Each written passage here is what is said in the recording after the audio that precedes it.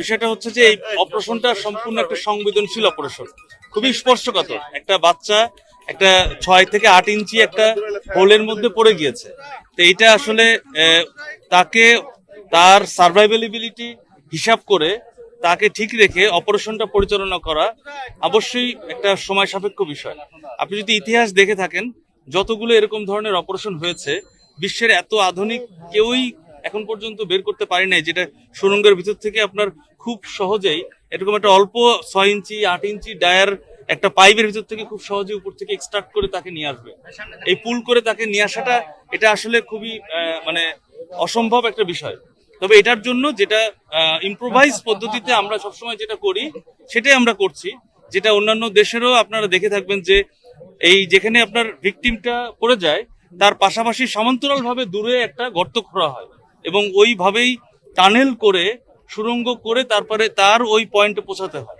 তো এটা এখন এটা একটা এমন একটা ভারী কোনো যন্ত্রপাতি অথবা ভারী কোনো এক্সকাভেটর অথবা হেভি কোনো ইকুইপমেন্ট যেটা ভাইব্রেট সৃষ্টি করতে পারে, মাটির গঠনকে নষ্ট করে দিতে পারে অথবা মাটি চাপা পড়তে পারে, এইগুলো আমরা খেয়াল রেখে কাজ করি।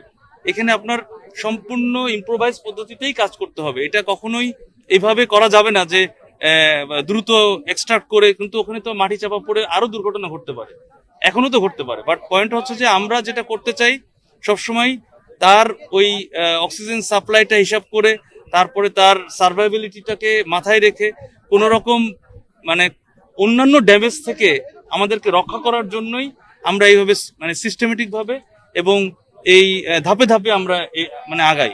আপনি দেখে থাকবেন যে এর আগের যতগুলো এই ধরনের অপারেশন ছিল সেগুলো কিন্তু আপনার 72 আওয়ার্স, 48 আওয়ার্স, 52 আওয়ার্স, আমি এগুলো সব জেনে বলছি, মানে বিভিন্ন কেস স্টাডি করেই বলছি।